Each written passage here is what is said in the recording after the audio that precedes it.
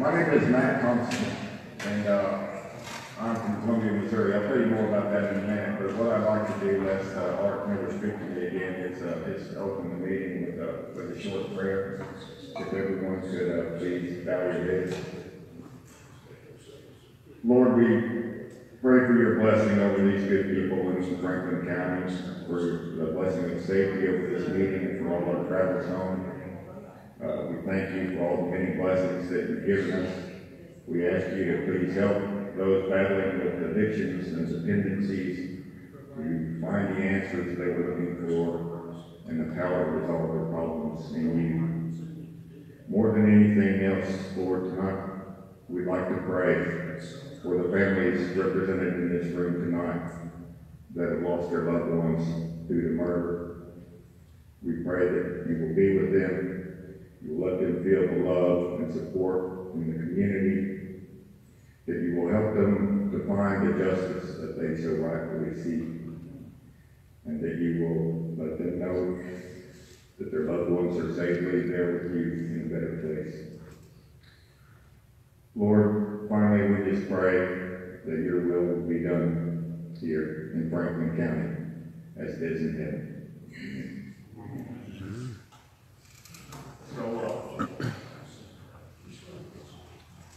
There's a lot of you I've never met before. My name is Matt Thompson. I'm not actually a citizen of Franklin County.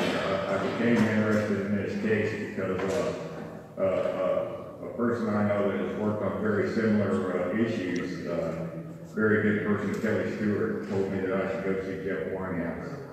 And so I went to see Jeff in jail, and I found him to be, the most interesting, intelligent, and God-fearing person. I enjoyed my time there with him so much I kept going back and back and back. And then, as I began looking into Jeff's case, first of all, I should say that I'm here speaking on behalf of myself. Just for the record, I'm only speaking for myself. I don't belong, I'm not part of any party. I'm certainly not a part of any militia. I don't condone violence. I'm not advocating violence. I own one shotgun. I've never bought it to Franklin County. I'll never attempt to resist arrest. I come here in peace, and I think everyone else does too. But I have been talking and looking into Jeff's case. I thought maybe he caused a problem, and but the more I looked into it, I began to see clearly that there was an issue there with the case, that the prosecutors of Franklin County had knowingly and intentionally prosecuted Jeff for a crime that knew Jeff was not guilty of. Not only was Jeff not guilty of it, but it was a crime that did not exist. Assaulting federal officers. Nobody assaulted federal officers with a firearm. Nobody assaulted those, or state officers, I should say. Nobody assaulted them in any other way. They're fine. And then in talking to local people about this, I began to hear that, in other cases, people have died, people have been murdered. There's no question about whether they were murdered or whether they died on accident. We can see that they were murdered. There was a homicide. We know who did it. But yet, no one was prosecuted. And I wrote the Attorney General's letter from Christie, also wrote the Attorney General. Several others have written the Attorney General. I'm sure everyone got the same form letter back regarding the issues regarding the prosecutor in Franklin County. And this is from the Lieutenant Attorney General of the Office of the Attorney General of Missouri. Sure, there's too much echo. Comments. There was a form letter that I received from Josh Hawley's office also, and said the exact same thing. It said this is a local issue. Any corruption that occurred there is for the citizens of Franklin County to deal with. And so we're here talking to the citizens of Franklin County about it today. And this is from a speech in 1940. I don't know if anybody can see that, but a speech was given to a gathering of U.S. attorneys by Robert Jackson. And he called the power of the prosecutor, the power to a charge, the most dangerous power of the prosecutor. Warning, the prosecutors have more control over life, liberty, and reputation than any other person in America. Charging power is an immense power to strike at citizens, not with mere individual strength, but with all the force of government itself.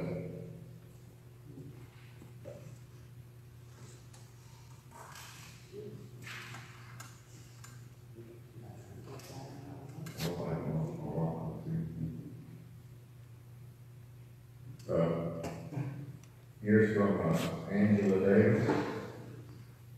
I'm saying this because I want people to understand this is not the only place that problems similar to this have occurred.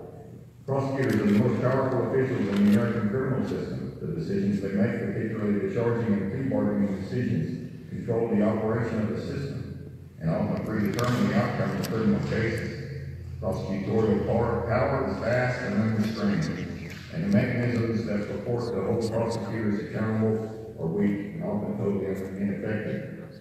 In addition, the most important prosecutorial decisions are made behind closed doors away from public scrutiny, and thus immune from public accountability.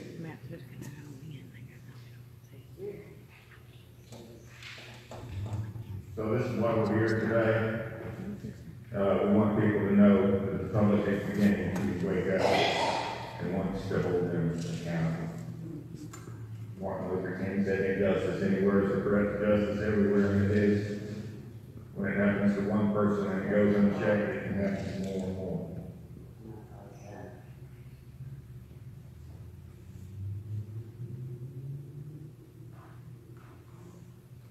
Our forefathers of this country put the faith in us. They said that the power didn't come from them. Said that our natural rights, all men are created equal, and that we are endowed by our Creator with certain unalienable rights, that one needs a life, liberty, and pursuit of happiness. And that in order to secure these rights, governments are instituted among men, drawing their powers from us. Yep, Weinhaus, the bulletin man. This county, Crawford County to the south, Jefferson County, he was around Bourbon, he was very active in issuing bulletins talking about government corruption. And our forefathers wrote into the First Amendment a key thing that they wrote into freedom of the press. We all talk about freedom of the press. I think some people today think of the press, they think of CNN or a credentialed journalist that have a press pass that can get into places. And our forefathers never thought like that. Most of them wrote their own journals. They wrote their own pamphlets, leaflets. Thomas Jefferson wrote that the basis of our government being the opinion of the people, the very first object should be to keep that right. And were it left to me to decide whether we should have a government without newspapers or newspapers without government, I should not hesitate a moment to prefer the latter. He published papers himself. So did Ben Franklin. Ben Franklin said, "I am for freedom of the press and against all violations of the Constitution, to silence by force and not by reason the complaints or criticisms, just or unjust, of our citizens against the conduct of their agents." Just or unjust. So it doesn't matter. We have the right to criticize the government or officials, whether we're right or not.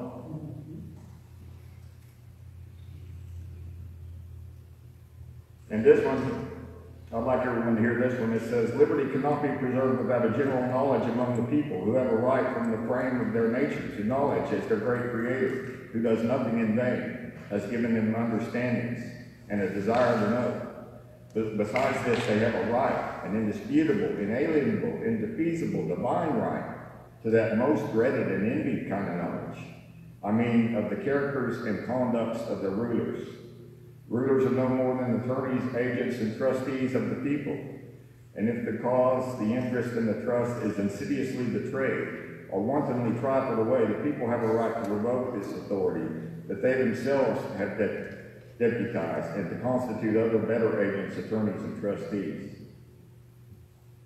I mean, that's one of our founding fathers, the second president of the United States of America, and the way he writes, he sounds kind of like Jeff Weinhaus, doesn't he? Jeff Weinhaus, at the time, 2011, that this all started, he was writing in his bulletins. He was very concerned about corruption, mainly in Crawford County, not in Franklin County. And he was running for coroner in Crawford County because there had been deaths that he thought had not been properly investigated, and he suspected the authorities, some of them might have been involved. And he thought that if he could become the coroner of Crawford County, he could call for a special inquest to investigate these crimes. What followed, I think most of you know, people watching on the internet know, on September the 11th of 2012, Jeff Weinhaus was shot by the State Highway Patrol, and he's now serving 30 years in prison for the crime of assaulting the people that shot him.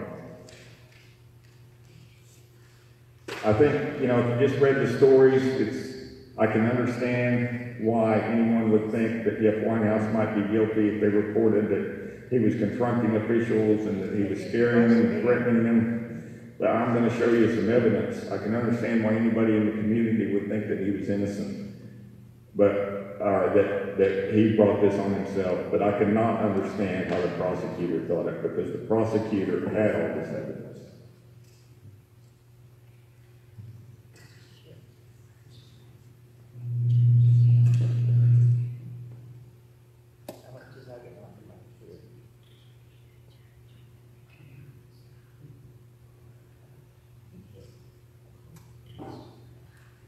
So I'm not actually going to tell the story of Jeff tonight, the way this all came about, the shooting. I'm going to let the guy that shot him, Sergeant Henry Folsom, tell the story.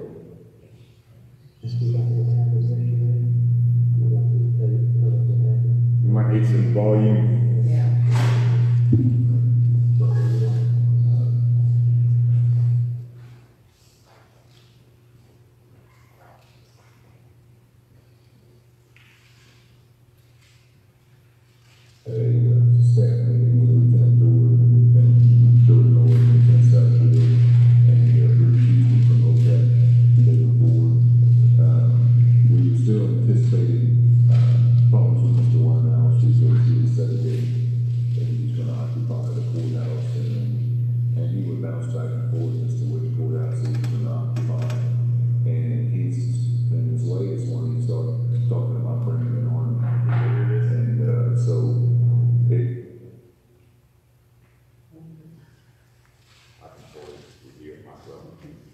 It was decided that we could all try to work and get as much intelligence on him as we could. We might go so far as to put a GPS tracking device on his car and do some other things. So, and part of that was I was going to go and contact the prosecutor, Bob Parks, because he wanted to have a grand jury at the end of them. And so I went and talked to Bob and I said, Bob, we need to do the favor so we don't have to be about security in all these, you know, 3 counties. We need to go ahead and issue a warrant for him because, you know, I had served the search. That's not good enough, is it? And he has some more things to do. And some marijuana.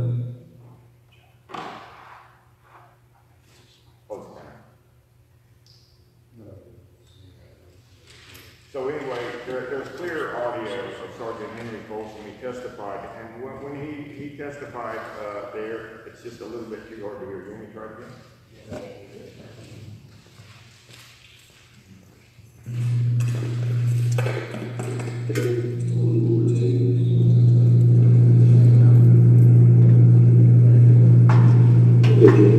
We're just so responsible about what happened yesterday. We'd like you to tell us what happened. Tell us a story as detailed as possible, if you would, please. Okay. Start where you like.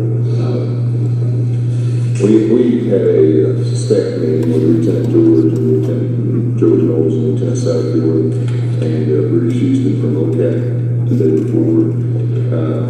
We were still anticipating problems with Mr. Weinhaus because he had set a date that he was going to occupy the courthouse, and he would bounce back and forth as to which courthouse he was going to occupy. And in his latest one, he started talking about bringing an army. And so it was decided that we would all try to. So he's talking about Jeff Weinhaus is going to occupy all these courthouses and an army, and makes it sound like Jeff intended to blow up these places. You know, at the time there was this Occupy movement going on, and Jeff's idea was to get protesters to come to the courthouse, carry banners like that. That's what he's talking about. He's not talking about going there with tanks and occupying them. He's talking about going to the courthouse and protesting. Or to get as much intelligence on him if we could.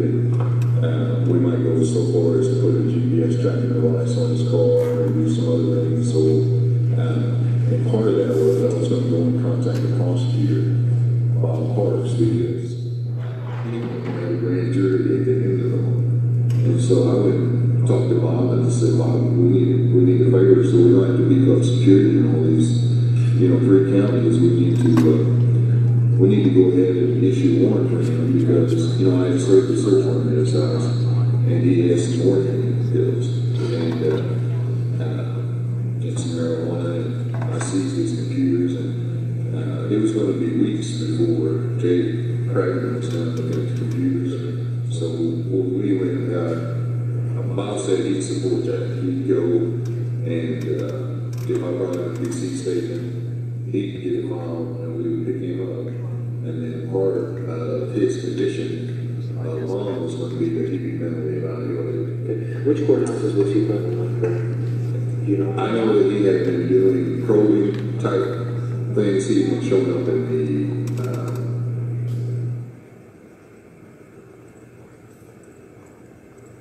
Okay, so basically what he was saying there was, they were concerned because Jeff had put out this YouTube video which they thought was threatening. It was called "The Party's Over," and it was probably certainly a little more over the top than what I would have done, but it sounded a little bit like that statement that I read from John Adams a while ago. And they had called the FBI, and the FBI said there wasn't anything illegal. And they checked with everyone, and they said that there wasn't anything illegal. But the judge, Judge Parker, that Jeff had mentioned, felt like that was tampering with his ability to judge, and that they should go after him. So he's talking about how they were organizing to go to his house and do something about it. 5 local sheriffs that we were going to be moving from one place to the other to look for him. To serve the warrant? To serve the warrant.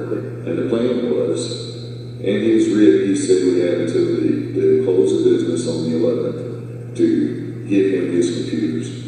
So we took 2 FBI guys with us, and we stationed 2 patrol cars down on each location of the road where we were just going to meet.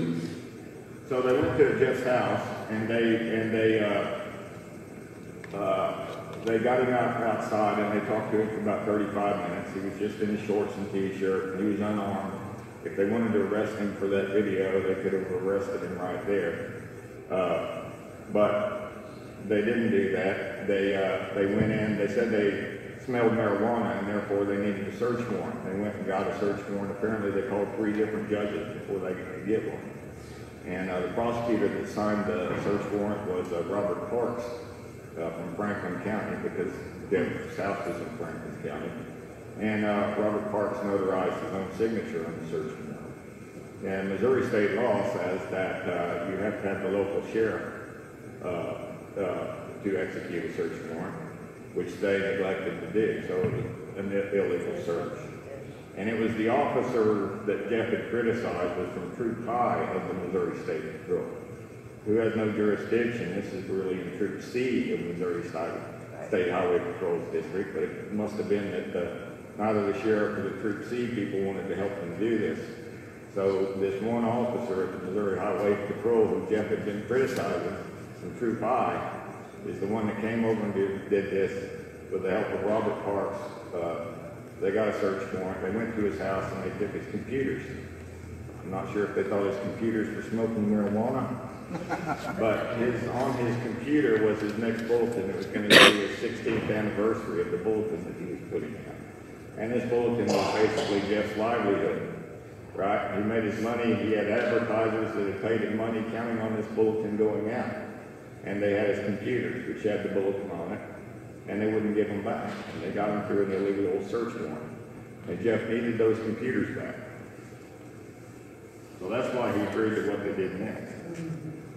And I called him on the phone, and I said, Jeff, I got your computers, and I need to get back to you before we close business today. And he said to me, I don't trust you. And I said, well, I understand that, but I've got to give you your computers back. If you don't want them, I can go back to all of them. He said, no. He said, let's meet in a public place. And so we were already sitting there. And so I said, well, we've already kind of driven all the way over here. We just thought we'd meet you at a gas station up the road from your house there. And he said, yeah, that'll work. He said, well, I'm telling you, I'm going to call some of my people, and we're going to show up in force there. And I said, well, you know, that isn't necessary. We just want to give you your computers back, and we don't want no problems still.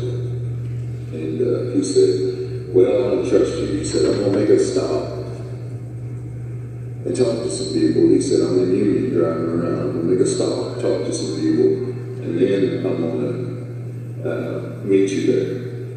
But I'm going to have backup. I said, okay. We'll be sitting here waiting, Jeff. Just don't give you your computers. So you're on the first name basis with this guy? Yeah. Okay. Yeah. And, during the search warrant, I interviewed him for quite a long time. So we ended up being there about 5-6 hours. So.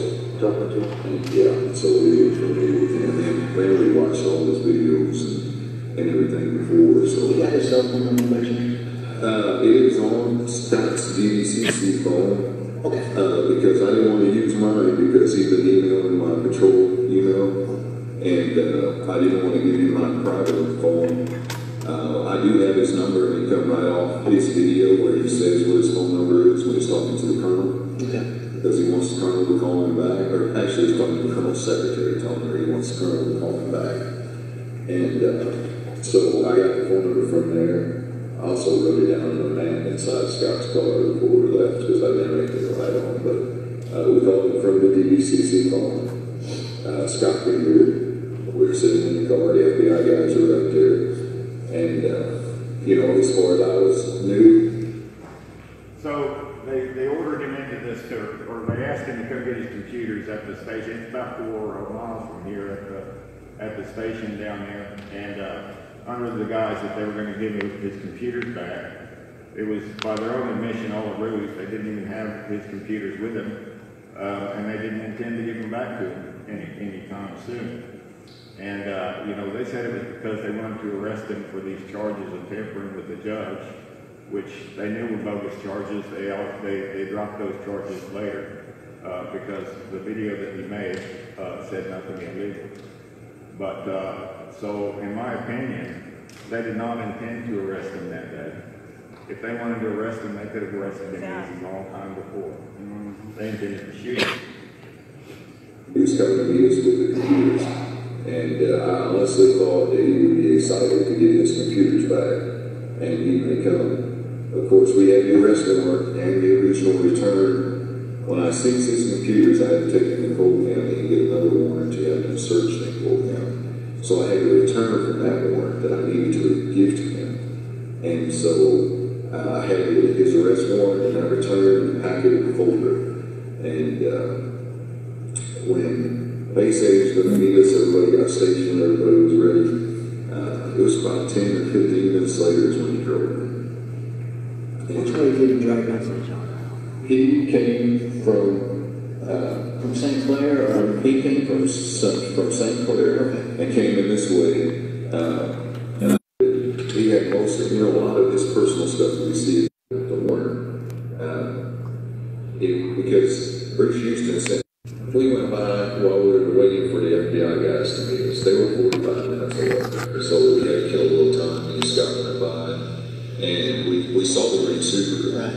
Well, I guess he had left after I called him, and I don't know if he was home or not when I called him. He said he was driving around the Union, but somehow that green Subaru You know, it was not that it was there when we checked it, but a little while later he come pulling in. So I don't know if he went around the other way, south, and came back and went the loop so he could come in the way he wanted to, but he came in from the south and turned into the parking lot.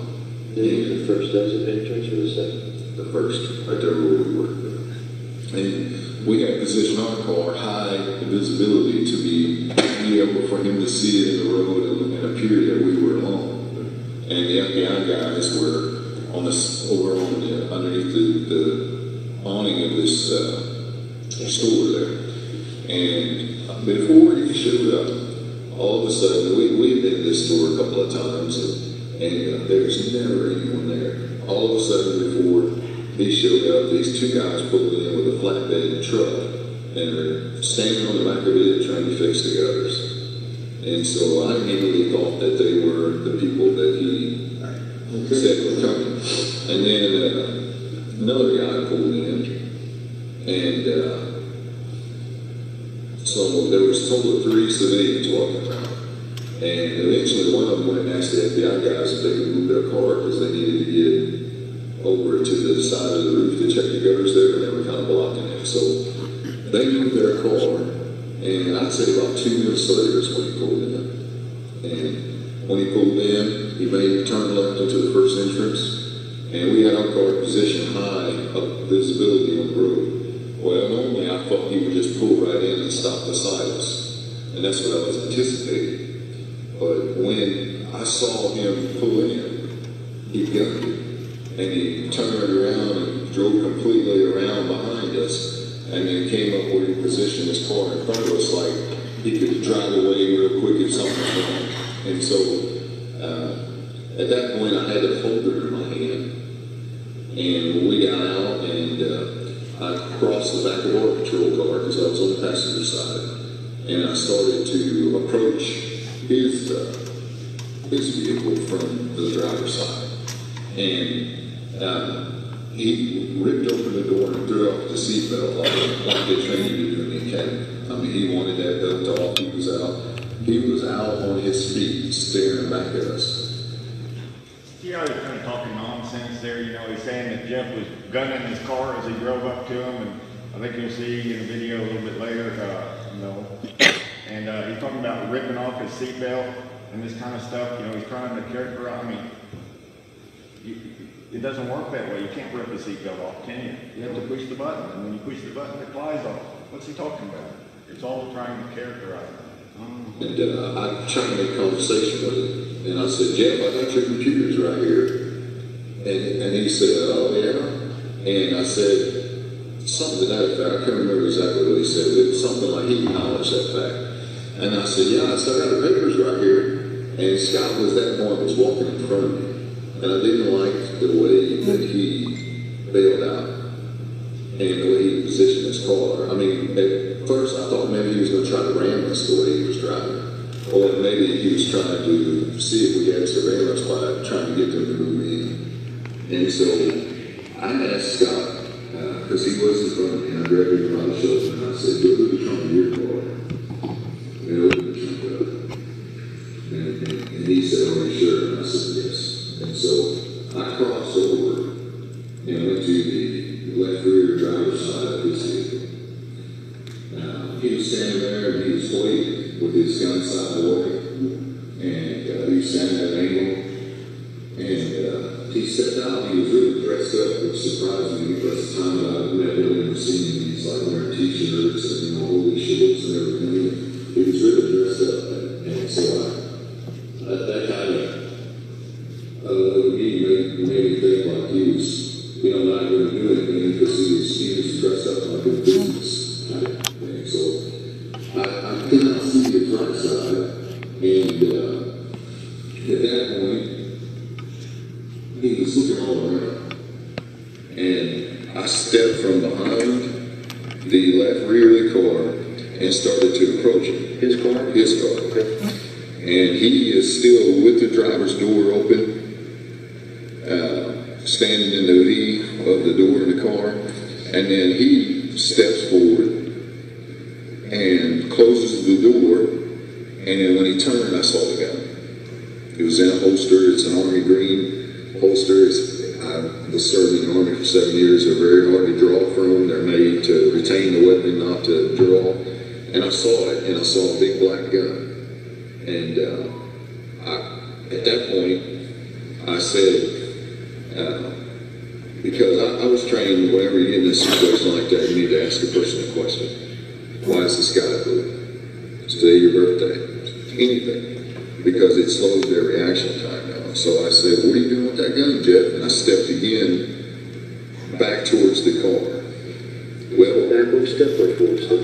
it would be backwards. I stepped backwards towards the car. And by then, at the same time, I had stepped Towards your patrol car? towards the rear of his car. I went back to cover. Right, okay. Okay, and I drew my gun, and I pulled the sights up, and I only had one hand on it. And I was ordering him with my hand to get down on the ground. I told him to get down on the ground. And before I said, what are you doing with your gun? He said, what are you doing with yours? And I drew my weapon. I said, Jeff, get down on the ground. And I heard Scott yell, get down on the ground. Because when I said, what are you doing with that gun? I mean, I screamed it. And because I wanted the FBI guys and Scott to know that he had a gun. And at that point, I raised my gun up, and I put my front sight blade right on his torso, and I could see those guys behind me. In my background was 2 gas pumps, an entire container of propane tanks, 2 civilian guys standing there, and I saw both the FBI agents had exited their car and were walking our way. And so my entire backside behind him was just people. And so at that point, he stepped and opened the holster. He drew down on the pull mechanism that opens the holster. He stepped towards you, or? He stepped away from his vehicle more to get that angle towards me. And so now he's about 3 steps away from his vehicle.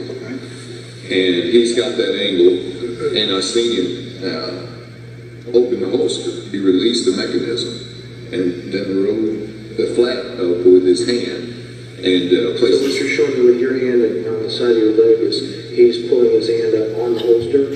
Well, the holster has a spring. First you have to pull down, and it releases. Then you have to sweep the entire flap away. Okay. And then you have to reach inside and draw the gun completely straight out. It doesn't have any breakaway. It's not cut down or anything. It's made to hold the gun if you jump out of an airplane. Okay. And So what he was doing is he was pulling up. Had he already put the flap back? he swept the flap down. Okay. Like when they teach you to sweep your jacket, he swept the flap. And then he was able to get his hand on the gun. So at what point in time he exposed his gun? He already had the gun exposed. I could see it in the holster. I had already asked him why do you have the gun. At that point in time, he unsnapped the holster and placed his hand on the gun. Okay. Now, when it unsnaps, does it make a click or something, or some type of noise, or? I don't remember hearing it, but no, they're pretty quiet. And so, to be honest, that was this whole entire thing I was looking at. Oh, yeah. I mean, everything, that's what I was looking at. Sure. So I knew that I had no shot. Scott was behind me somewhere. I knew he had no shot. So at that point, I chose to leave the cover and to change my position to get a better tactical angle where I could fire. And I took 2 steps out away from the car. Away from his car? Away from his car. To the left or to the right? To the left. And so now he's 1 step ahead of me here and I'm here. And I still had a bad angle. I was at that point now, I'm aiming at the gas pumps. Okay. And so I took another step left. And during that time is when I told him to get down on the ground. And at that point I had a clear backdrop. There was a big, huge tree and there was nothing but yard and right there I had a good angle. And at that point I said, Jeff, get your hand off the gun. And he said, you're going to have to shoot me, or something to that effect. And at that point, he began drawing the weapon out of the holster.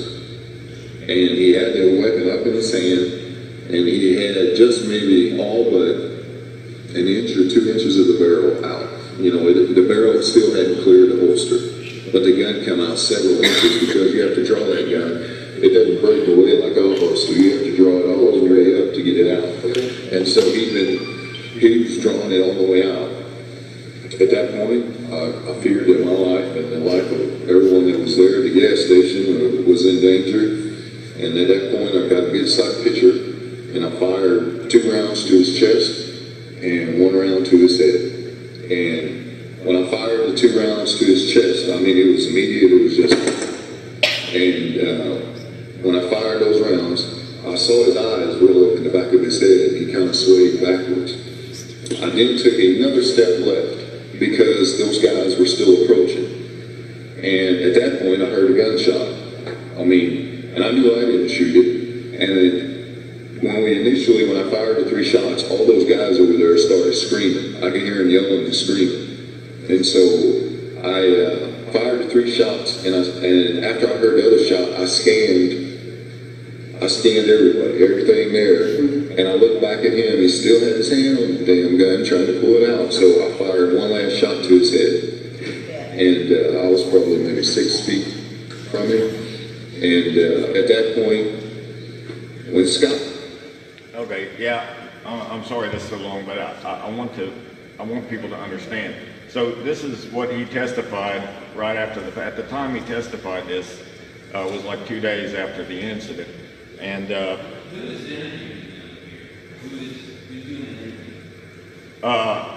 that is the interview that was done, I think, by the State Highway Patrol. I think his officer, I can't remember the name, but I think it may be on the paperwork later.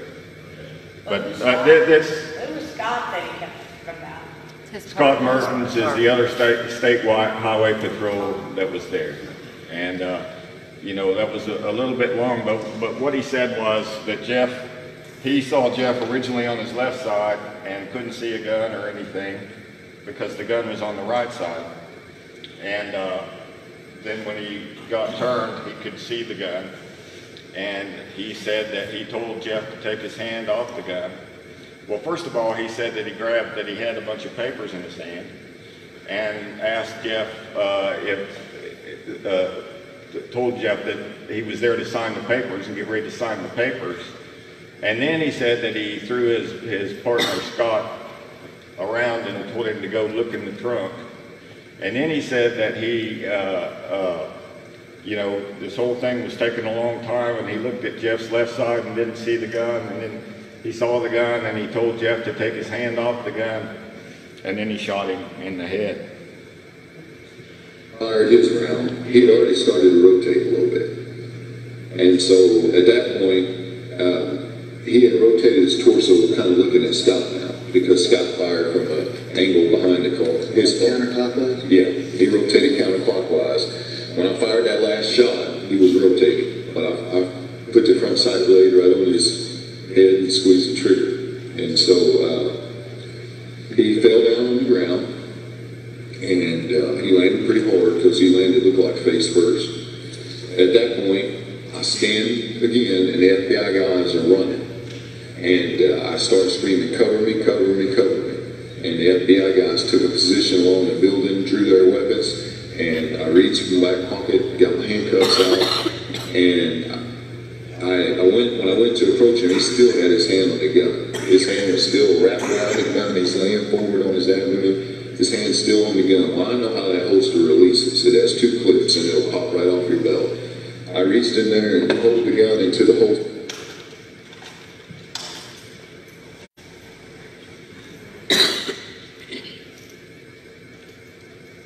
Okay, so basically, you know, he said that he told Jeff to get his hand off the gun. Jeff didn't get his hand off the gun. He was pulling his hand out. He pulled the gun out, and that's when he was shot. And he shot him twice, and Jeff was still standing there trying to shoot him again, and that's when he shot him in the head. And then he went, and he said that Jeff collapsed face first, which did happen. He did collapse face first onto the gravel with his butt kind of in the air, and he said that the gun was out and Jeff was still trying to reach the gun. Okay? Does he not at one point in time maintain that the holster and the weapon were actually in the left hand and on the left side of the body and not on the right side of the body as he would have everybody believe. And then secondly, he fired the fourth shot because he said that Scott fired the third shot. Right. So that means that Jeff didn't fire any shots, but so he fired the fourth shot in the head, and Jeff was already twisting and going down. Is that correct? Yeah, Jeff was hit twice in the chest and twice in the head. But he establishes that the weapon and supposedly the holster and the weapon were on Jeff's left side. No, he said that the holster was on the right side. He said at the very start, he was looking at his left side and he couldn't see the holster. And then he later got to where he could see Jeff, and Jeff pulled the gun with his right hand. I know. He says that the holster was on Jeff's right side. Yeah. When the actual physical evidence was proved quite the opposite. Yeah. He said that the holster was on Jeff's right side, and Jeff pulled it with his right hand. Jeff is right-handed, by the way. All right. But he did have it, he just didn't pull it out. Well, I'll tell. Well, we're going to watch this video in a moment, because at the time this all happened, none of them knew that Jeff had one of those Google Watch camera things, and the Google Watch camera was actually on his left hand, and nobody knew about it until Jeff got to trial, and it came to discovery that there was a watch, and then they got the video off, and so the video shows that Folsom was lying here. I think I'll show you the video in a second. But what he's talking about is a parachute holster. So it's a very secure military holster. You couldn't even see the gun in it basically when it was closed, and it was difficult to get the gun out. It takes 2 different movements to get the gun. Yeah, you may know more than me, but it's difficult to get the gun out. And the parachute, Jeff told me, and I believe Jeff, that this is how it was. And from the evidence I've seen, I think it absolutely supports that. Jeff told me that the holster, he couldn't sit in the car with the seatbelt on with his holster on his right hip. And he's right-handed. So he cross-holstered it on his left hip. In other words, it was facing for a right-hand draw, but it was on his left hip. And it was in the holster.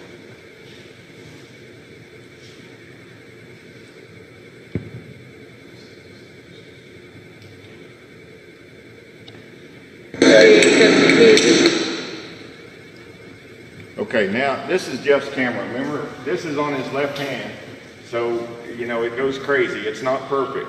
And like when he's driving the car, if he's turning the wheel, the camera's doing this, of course, and whatever he's doing, well, the camera's it's on his wrist. And but where he was talking about intent and all that kind of stuff. And Jeff was going to get more force to go attack them, and they were scared. Jeff actually told them who he was trying to get. He was trying to get a pastor to go with him because Jeff was scared, and he wanted a man of peace to go with him to keep him safe. Anyway, here's how it came down on Jeff's camera. 2012, Sergeant H.J. Folsom called me back and was supposed to give me my computer. Running around trying to find someone to go with me. I'm about to book an Acts. No, they can't do it. They're busy. So I've seen the Lord today. Lord be. Now, be mindful. I'm sure Jeff, there's a bit of bad language and maybe a couple things he might not wish he hadn't said on here, but he was scared. It is what it is.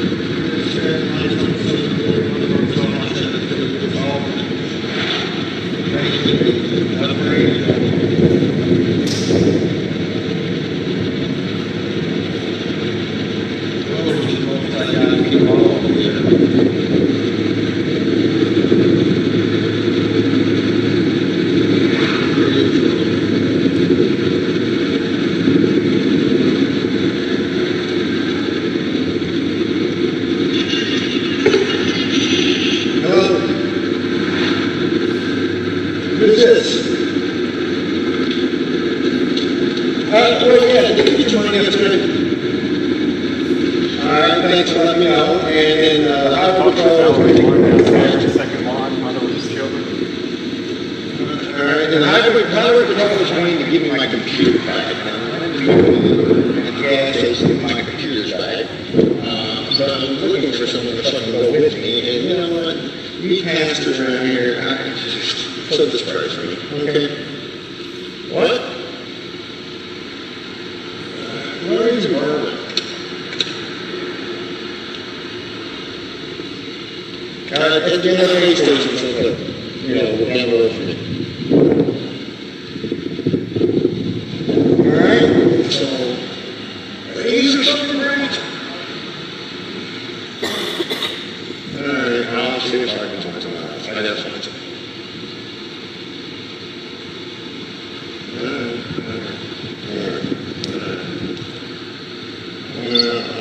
I'm aware right now, so just hang out. Alright? I'll be there in a minute. You got a way to record any of this? You have a way to record any of this?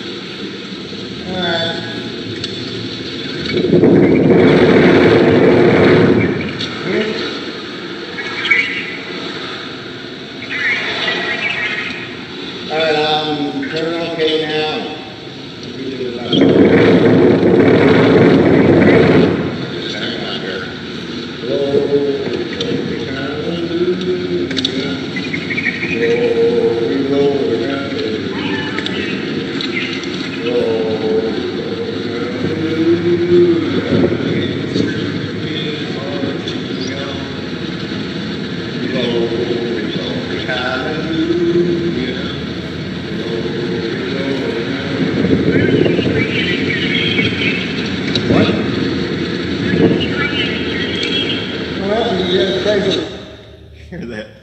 God bless her. Val said, you better stop singing and start praying. Lord, you have the prayers of the people.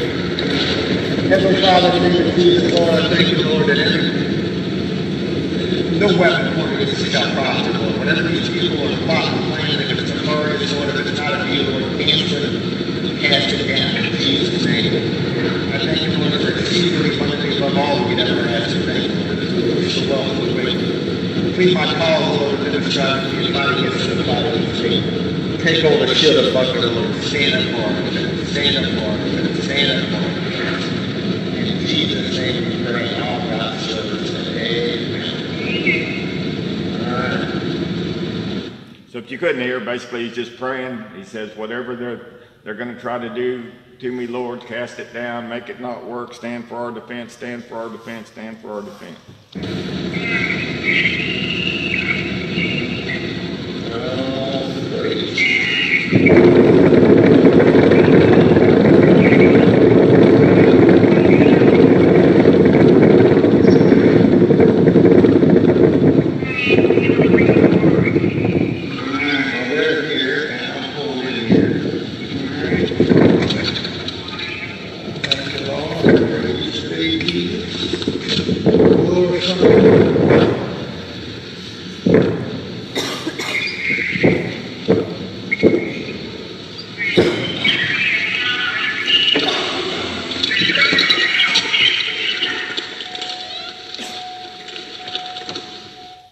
Did he gun the car when he drove in there?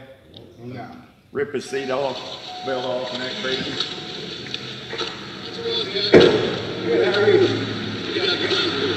Why I got the gun? When you got the gun?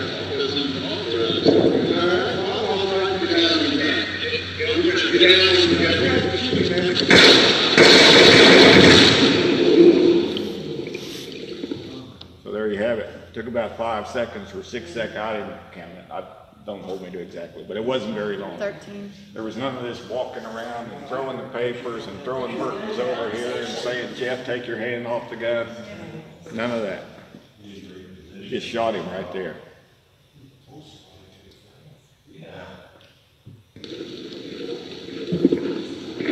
You still got the gun, Doug. I got it. Yeah, police, FBI. Weinhaus crew.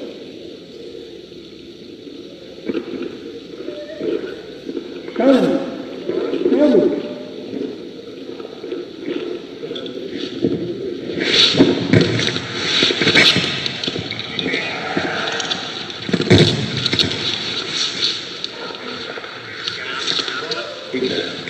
Get an ambulance. Ambulance.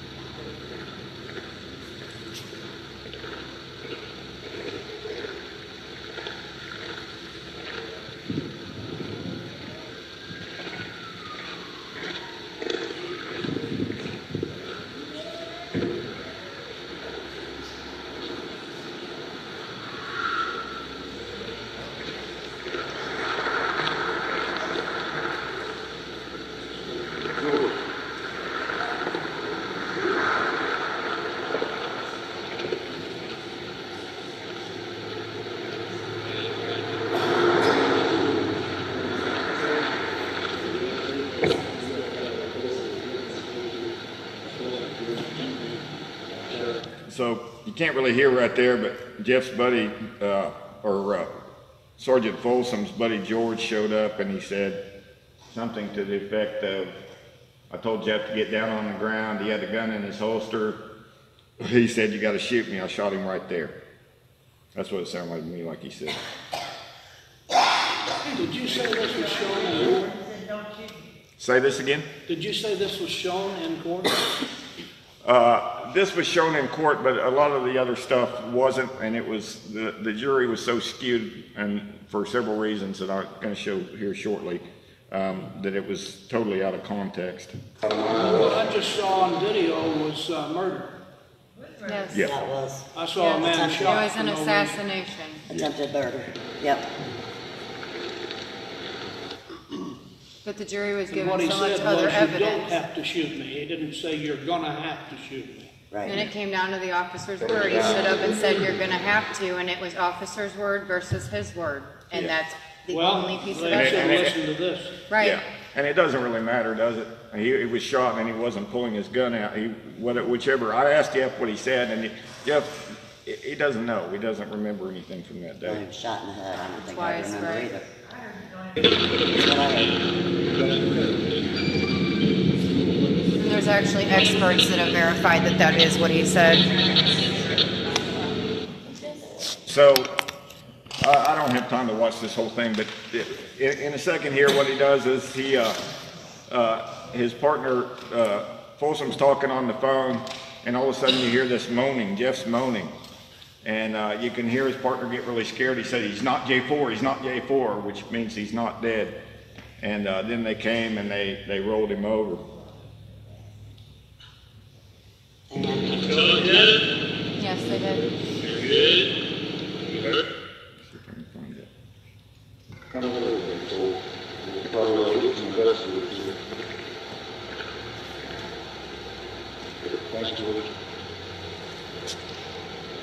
We're at the Minnesota Rules Station on Rock Creek, about a mile and a half away.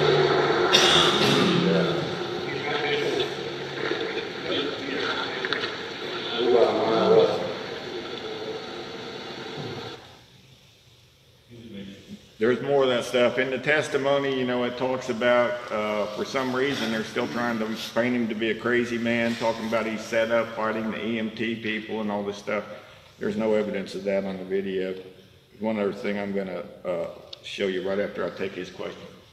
Well, there's no evidence that they had even done anything to try to try to administer first aid. No.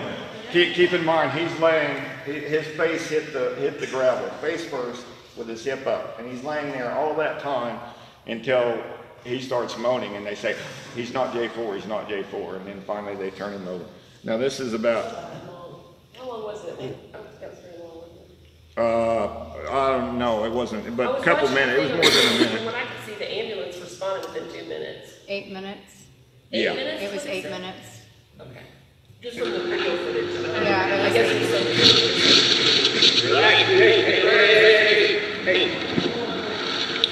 So right through this period, he thinks they're holding his legs because he can't move his legs. He thinks somebody's holding them and they're not, you know, he's just out of it. He doesn't remember any of this, but that's what he's talking about. But I want you to see this guy that comes in here and what he says. You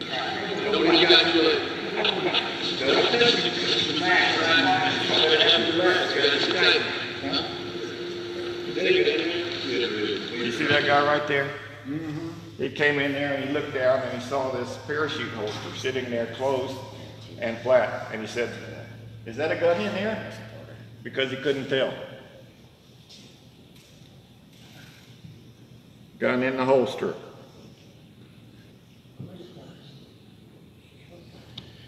I'll look at that later. I'll show you proof of it later. But basically, Folsom testified under oath in court that Jeff still had his hand on the gun after he was down. The gun was out, all that stuff. So, you know, it's probably a trivial point. Maybe it doesn't matter, but, you know, officers are supposed to know the law. We all know what the Second Amendment to the Constitution says.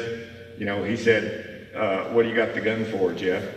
And Jeff said, "I'm authorized to have the gun." Or Jeff said, "I don't know, what do you have the gun for?" And he said, "Well, I'm authorized to have the gun." And, you know, the Second Amendment says we're all authorized, lest there be any doubt.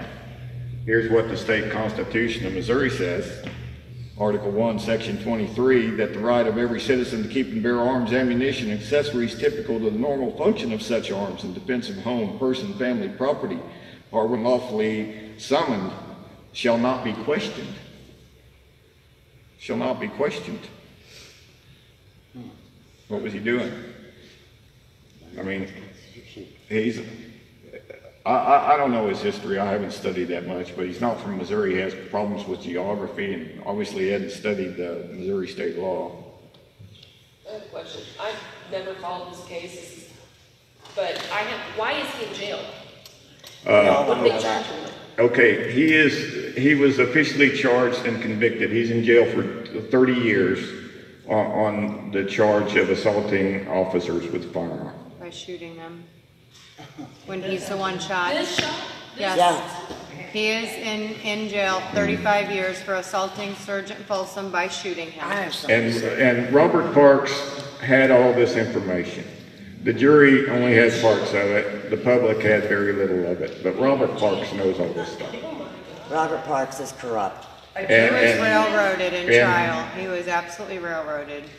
Yeah, this was a crime that did not exist. There's no victim. Nobody assaulted those officers. He's through appeals, but he keeps getting denied, and it's hard to get anybody to even take a real look at it. We've even got it on the governor's desk for clemency. Is there another appeals process? He's at what federal right now matters. He's still in Missouri. He's on his second. We've been calling the governor's office. He's 6 years, and right now he doesn't have a year left physically if he doesn't get out. What? Oh, yeah. Okay, so I know enough about this case, and I've seen enough tonight that I'm fairly convinced that he's innocent. I don't think that voice needs to be pounded into the ground any farther. My question now is, where are these troopers? Where are they? Yeah, where are these troopers? I don't know. Mertens is still working. I know that one of them was eventually. What I want to do, I want all of us to collectively go to the Missouri State Highway Patrol and ask their highest person, where are these men? And what happened here? Right. Yeah. Martin's still working for the highway patrol. And I don't know the answer. I know Folsom left, and I don't know why. Jeff says that he was fired because he failed to do his job, which was to kill him. Yeah, he actually stepped down, claiming medical. He couldn't do it anymore. His department stood behind him, PTSD. Was that Mertens? Yes, that was Folsom. Okay, Mertens is still. I believe Mertens still working through the highway Well, the patrol. other thing too is Folsom. This is not the first person he shot Second and killed. person. This is the second person he shot and Under murdered. questionable circumstances. Cindy had a question. Under Matt. questionable Okay. circumstances. Well, I was just going to tell him, I mean, I haven't watched everything, but I also watched one thing where there were actual witnesses that were at that highway cave store. Yeah, so there was three guys, and you heard that earlier on the audio. Folsom was talking about, you know, they hoped nobody would be there, but there was three people there, and there was one of they had gone to fix the gutters, and apparently a guy had hit the gutters on that gas station accidentally with his truck, and he went back to fix them. And he's a really good man, and he later did a video on YouTube saying that he saw this and it was murder, pure and simple. He called it the I don't know where he is now. Yeah. I'm hopeful that he's alive and hiding because he's fearful for his life, but I don't know where he is. I can't find him. Is the video still there on YouTube? Yes, Gas it station was open that night, Yeah. and the person I know it wasn't there told me he never pulled a gun, and cops came out from behind the building in camouflage everywhere. Right, they were hiding everywhere. This There was was not two or three, There was 2 FBI agents, 3 or 4 highway patrols, a They all sheriff's came out department, everywhere. St. Clair, Washington, everybody was there Yep, that's why they had the ambulance. to deliver a warrant, right? So that slide that I'm showing there, and the next one, it's a little bit busy and it's going to be hard for you to read, but you can go find this yourself. But this is from the written testimony where he's talking about what I just said about him after Jeff fell, the gun was out. And that's him testifying that the gun was on the right side. It says that in his testimony right there. And it also says that the gun was out when he fell. So Jeff recovered from all of this.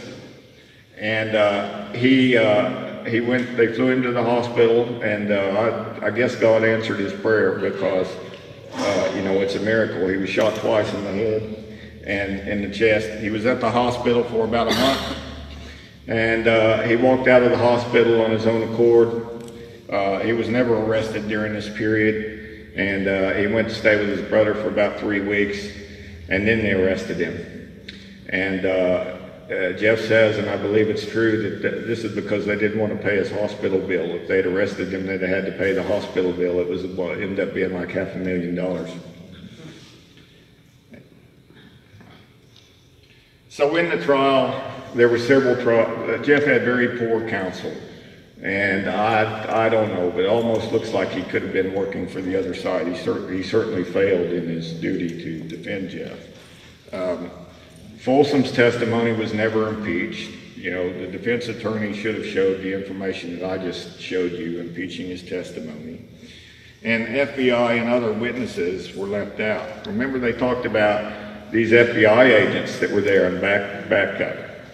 And this is the testimony of both of those FBI agents. On that issue, I'm sorry, on that issue we just had there, isn't that also statute that agents come into the county, they actually, to do an arrest, they have to actually ask permission to the sheriff? Or ask Yes. Yeah, there is this. First, he gets permission to the sheriff. Apparently, the sheriff comes. Yeah, I agree with what everyone here, what he just said. They have to ask permission to come in from the local government. And that they should have had to get the local sheriff to go serve the warrant, which they failed to do. Yeah. Yeah. Matt, I want to add something here that most people probably do not know. Eric and I attended this full trial. You have to understand the jury was primarily women. In the very beginning of the trial, they showed a video of Jeff talking about running and cussing out a judge in Crawford County and lots of other stuff. It was totally vulgar. That's his free speech. But the point being that poisoned the minds of the women in the jury. It's like a bell. You ring the gong, you can't put the gong back in the bell. Now, that video, these women's mind was poisoned. The judge kicked it out later and told them to ignore it. Impossible to ignore it. It should have been a mistrial. Yeah. Judge Keith Sutherland is a piece of garbage. And the reason they brought that in, they said, was to support this charge of tampering with the judge, which they proceeded to drop immediately. because they knew they couldn't support it. But that was the only reason for bringing the video in. Yeah, we got to keep going. Yeah, go ahead. Oh, okay. Yeah. So these slides here, this is important. These next two slides. These are the written testimony of the two FBI agents that witnessed this event. These are deposed FBI agents under oath. They say they only saw Jeff on his right side. They never saw a weapon. They saw Jeff's hands in front of him. They never saw him move for a weapon. That's the FBI agent testimony. Both of them. And the jury never got to see that. That's not the prosecution's fault, that's the defense fault. Yeah, that was a failure of the defense attorney. Right. Now, to me, the most shocking thing of the whole trial, when I first heard this, I thought, well, this is crazy talk. This doesn't happen. But it did happen. Jeff was fitted with shock cuffs that could deliver 80,000 volts. And anytime Jeff might look like he was going to speak, the jailer held the switch to the shock cuffs up. I literally could not believe this when I heard this. You know, the shock cuffs there is no, Jeff was in the jail, right? He was in prison clothes at the trial, handcuffed. He couldn't possibly hurt anybody, but that wasn't enough. They weren't afraid that he was going to hurt somebody. That's why they put the shock cuffs on him. They put the shock cuffs on him because they were afraid of what he might say. Yeah. Jeff does have an attorney, Warren Markowitz, who did a good job. He has filed a writ of habeas corpus petition, and he has included the use of the shock cuffs, and I think he was eloquent in the way that he described it in the habeas corpus petition, and he said, you know, that this is a mental restraint, not a physical restraint. So that is in a habeas corpus petition filed in federal court in St. Louis. Here's just an example. I got to looking around when I heard about this shock cuff thing. I thought that's crazy, but apparently it has occurred in other places. And here's one where it happened in Maryland, and the citizens got together and they prosecuted the judge that ordered this guy shot.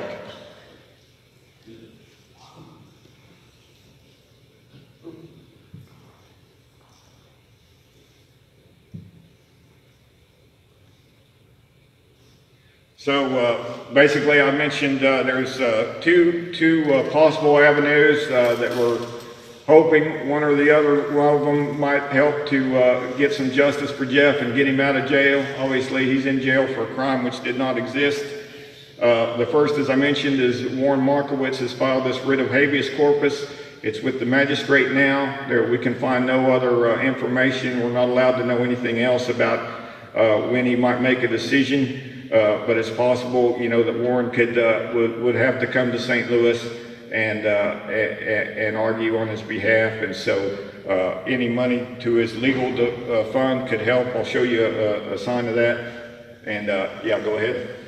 Well, when you get down to the pardon application, the audience should understand that that's been initiated on a number of different occasions already, and it's just been patently ignored. It's not like it would be the first time that we asked the governor for a pardon, because we've asked two governors so far for a pardon, and it falls on deaf ears. Yeah, that's right. There is. It has been tried before, but you know, it was tried originally when Nixon was the governor, and you know, there has been hope that with the new governor. So there is actually a form that has to be filled out. You can't just call, I mean, you can call the governor, which there's been many campaigns calling, but to bring it through the official bureaucracy, there is a form to fill out. And Jeff has recently filled out and sent it in, and he's asked for full and unconditional pardon on the basis of manifest justice. And that will go into the Department of Corrections. The Department of Corrections will take 6 or 7 months and eventually get it on the governor's desk, no doubt with lots of information why the governor should not pardon Jeff Weinhaus. But I think it's a good time. That is officially in the system, and if you call the governor's office and let them know, I think it could be helpful. Go ahead. So Jeff is the only person that can apply? fill out the pardon application? He has to. Everybody in this room, couldn't we multiply that a million, theoretically? No, it's on behalf of himself. He had to sign, I had to get it to him in prison and he had to sign it and, Then we're impotent to do anything about it? no, we can call the governor's office and tell them to support it. And tell them there's a different side to the story. 751-3222. Has there been a march to the governor's office? We're working on that. Well, please call us. Yep. Follow the Citizens for Positive Change on the website. Okay? That there's been at least 3 governors have been made aware of this situation. Nixon, Graves, and Parsons. And apparently, I guess they don't have to do anything because the bureaucracy says only that Jeff is the only one that can do this, apparently. Yeah, but now so they don't have to have honor. No, they don't have to, but we can apply the heat. Because after all, we have to follow the bureaucracy.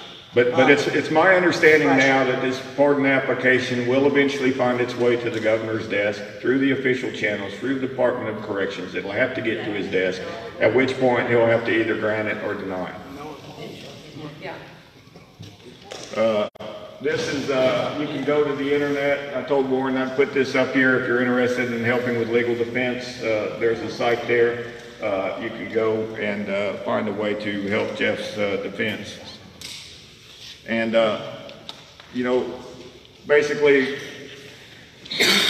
they decided that Jeff was a troublemaker. And they decided that they were going to silence him because he was a troublemaker. And effectively, they have. They didn't kill him, but he's in jail where he can't publish periodicals criticizing him, criticizing government officials. But unfortunately, the trouble hasn't stopped. Things have only gotten worse. Because turns out Jeff wasn't the trouble in the first place. He was the only one reporting the trouble. And we need to be And so now we're going to look at a couple other cases